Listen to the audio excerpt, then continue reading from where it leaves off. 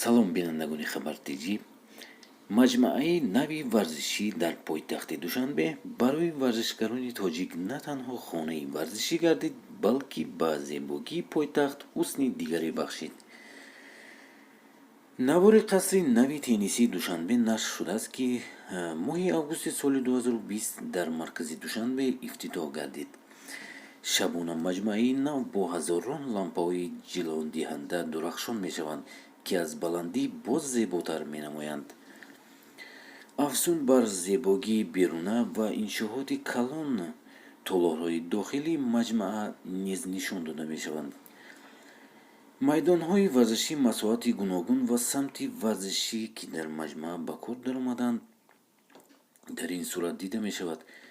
дар сегунагии зебо, ки аз он маҷмӯа иборат аст, майдони кушод бо ҳазорон ҷойи нишаст ва ҳавзи калон шиноварӣ бар варзишҳои обӣ низ ворид мешаванд. даромадгоҳи маҷмӯаро 5 халқаи бо ҳам печида ва дилхеҳи маҷмӯаро паҷҷамаҳои Тоҷикистон ором медиҳанд. ҳамчунин, ки дар қасри нави варзиш барои варзишгарон ҳам барои тамринҳои ҳамарӯза ва ҳам барои мусобиқаҳои байналмилалӣ тамоми шароит фароҳам оварда шудааст. варзишгорон дар толорҳои маҷмӯаи нав ба тамрин шурӯъ карданд.